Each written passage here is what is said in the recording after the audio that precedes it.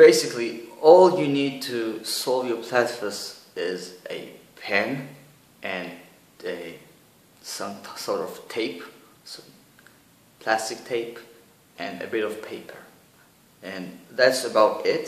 More than that, you just need to use your brain to solve your Platfus. So I'm going to show you exactly what you do, but first I want to explain you what you need to do with those exercises. So let me show you now exactly what I'm trying to help you with those type of equipment that I showed you just now. So here you can see my beautiful leg, and this is after treatment of about 3 weeks, and you can tell that there is the arch, that it's quite fine. I mean, it's not the best yet, I can still work on it, but the point is once I put my leg down, there is still that arch, that part you can put your finger inside, and that's what you want to work on. Because if now I'll take away that posture, that if I take away that arch, it will look like that, which means I can barely put my finger inside, and of course it will take my knee also inside. You can really tell that's the part, that's how you want to be, and that's how you are already now. Except that arch building, which is the muscles that takes that part of your feet towards your heel, which means you need to like curve it in. It's hard to explain, and it will take you some time to figure it out. Except that you also need to look at this part of your feet, because if I'll take you now to a side view, you can tell there is there's actually 4 different types of your ankle movement. The basic, I mean, it can go all around, but there is basic 4. There is the front, which is like known as the point. There is the flex, which is all the way back, and now there is another 2. There is to the right, to the outside, and to the inside. Now, those 2 are quite simple. Without those 2, it will be really difficult to walk. Now, those 2 are balancing. Those are the balance muscles. If you stand on one leg, now those muscles, left and right, will keep you stable. Same thing with the Platfus. Now, what happened to the Platfus? If I'll show you, this is how the leg usually is when you have a Platfus. Boom. This is how your leg position is. Now, if you can see in the videos that I'll put now, and there is a big usage of the outside muscles, and there is minimal, even non-usage of those muscles. Now, when you're using supporters, orthopedic supporters, basically what you do is you pick this part up and actually fake activating those muscles, shortening them. But unfortunately, they're not in any shape to activate themselves. Therefore, once you get rid of those orthopedic supporters, boom, it falls down again. So what you really want to focus on is activating those muscles to keep your legs balanced. If you're activating them too much, making those too long, then you'll end up with the opposite part of Platfus, which is Olfus, where you're having too big arch. But right now you don't need to worry about that because you're in such a bad shape. I mean, for me, those muscles were almost dead. I couldn't find the right protocol to activate them. I mean, the big part that it took me when I was in China to figure out was to do this. Without activating either the point or the flex, I wanted to move my leg directly to the inside. This is for the right leg going to the left. Now you need to notice that you don't do only your toes or your heel, using your cheating with your hips. You want to use just your ankle strength to do this, to move it to the inside. Now it really hurts all the way here not exactly on the calf, but there is another small tendon that goes here all the way into this. And once you can activate this and make it hard, I mean, when I started working on that, this was like this. It felt like fat, but it's actually a tendon. If you work hard enough by doing those kind of exercises to hold your leg inside, you can strengthen it, and now it's quite strong. It's just below your shin bone, just to the inside. You can try that by yourself. Try now, just as you're sitting, to take your leg and just point it inside without cheating with your hip, just using your ankle strength. That's the first part. This took me about a week to be able to walk with that hold, because right now, I mean not now, I mean back then, my leg was like this, yeah, because that's the platfus. That's how your leg looks like. So you just need to fix it and then be able to stand on your leg with that fix. Now, if you can tell, if I bring it back to how it used to be, I can barely do that because I already built my arch and my nervous system, neuromuscular system, so it won't let me do that again. So right now it's very difficult to do it, but I know that if I won't keep notice on that, especially when I'm training, it will fall again, and that beautiful arch that holds away injuries will crush again, and the injuries will come again in the shin, in the knee, and all the way up to the body. So the first part is to use only your ankle to twist it inside. Both your fingers, not just your fingers, and not just your heel, just both of them. Now, I would recommend to try to do holds. At the beginning, I did just presses like this, trying to twist it just by using the ankle force for like, half a second, and come back, doing tons of reps of those in both legs, and afterwards I would just hold it for like 10 seconds.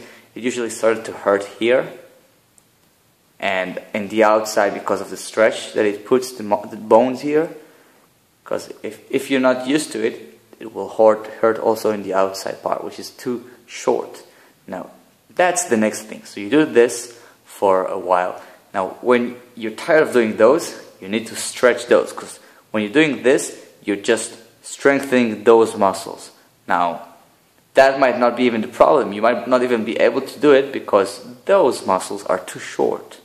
And so you need to lengthen them. And I'm going to show you in the video now how exactly the stretch is being done for this type of muscle. Okay, so the stretch I'm going to show you now is a really good stretch for your flat foot tight muscles, which are those parts of your shin. They are the muscles that are making you do this movement. Now, I'm going to show you a similar stretch that you might already know. It looks like this. When you put your legs in this position and your feet is pointing out, your toe is looking out, and you lean back. Now this is one stretch, good for the quads, but you have better stretch, which will also be great for your platfus. That all you need to do is to twist that toe positioning. I mean, you want to look exactly to the other side. Right now I'm pointing the camera. Now if I'll twist the leg, I'll be pointing to the other side. Now doing that on the ground might be difficult, so you better put some socks on or something to make it a bit easier. The point is you want to be able to do that without shoes. Now, without anything. So when your toes is pointing to the other side, now you probably won't be able to do that exactly to the other side, which is fine, as long as it doesn't point across your body to the right, in my case, or to the other side. So you want to be pointing inside, and your knee stays straight, your feet stays up, you don't want to fall down. I invite you to try lying down. Now I can show you as much as I can get, and I didn't do warm-up for that, so it will take me some time. And while I'm going back slowly, I want you to make sure you're not tearing something, because most possible that those muscles are been so much time not used, then doing this will make you even worse, because those muscles are so tight. All those muscles here, I can feel them hard right now. Even though I've been practicing this for a while, it still takes time to get used to sitting like that for 10 minutes. Now, as a beginning, just make sure you stretch it properly. And that when you release the stretch, it does not hurt like hell. It should actually feel better. Now, I like to do some massages after the stretch, maybe before, do some warm-up, making sure those muscles are warm and not going to just tear down, and do it really slow. What you see me doing right now, I've been practicing in China, which was 3 months ago now. And back then, when I first tried, I couldn't reach more than my feet pointing to the back, and my other elbow, opposite elbow, could touch the floor. That was my back. I couldn't do more. That would just hurt like hell. I was screaming there at the training hall. No way. Because in China they told us to do this type of stretch, and then told me to take, because I could do that quite easily. Now I can't, because I'm not training that anymore. I'm training this. So that one is way easier. And you'll notice maybe that your hip flexors, those muscles here, are less active in this stretch than they are in this, because this isn't so healthy. And that's my injury, my main injury that I got from China. If I would have known that this stretch is so important to put my toes pointing to the inside, it would solve a lot of injuries that I had over the past 2 years. So remember the stretch. Practice it at least, I would say in total 5 minutes at the beginning. Not straight, you can take breaks, 30 seconds, break for 2 minutes, warm it up. Just make sure you get it eventually after a week to a point when you can stay like that for forever. You can sleep like that. It doesn't hurt you, it bug you so much. After you do that stretch, you need to start focusing on accessing your arch. As you can see, when I'm taking my leg too much inside, there is a big arch there. You can see that in the camera, but the truth is, once you put some weight on it, it goes a bit backwards and to a normal arch. So you want to be able to hold that arch, and I'm going to show you the exercise to do that. So the next part is taking your pen, putting it on the ground, and you want to make sure that the pointy part, first of all, make sure it's closed, right? And the pointy part is towards your feet, and you want into your arch. You want to be able to put it at least, I would say, 1 or 2 inches inside without it touching your leg at all. And you'll probably find it difficult, especially if you have a really harsh platfus like I had in the beginning, where when I tried to put it in, I couldn't get it in. So I picked my toes up in order to put it in. And now there's no point in doing that, because that's not really getting your arch. What you want to do is press with those 5 toe cushions, I don't know how exactly you call them, press them on the ground and trying to put that inside. Now you can see that I can already do that because I've been practicing that a lot. I mean, at the beginning I couldn't put it in, and that was so frustrating.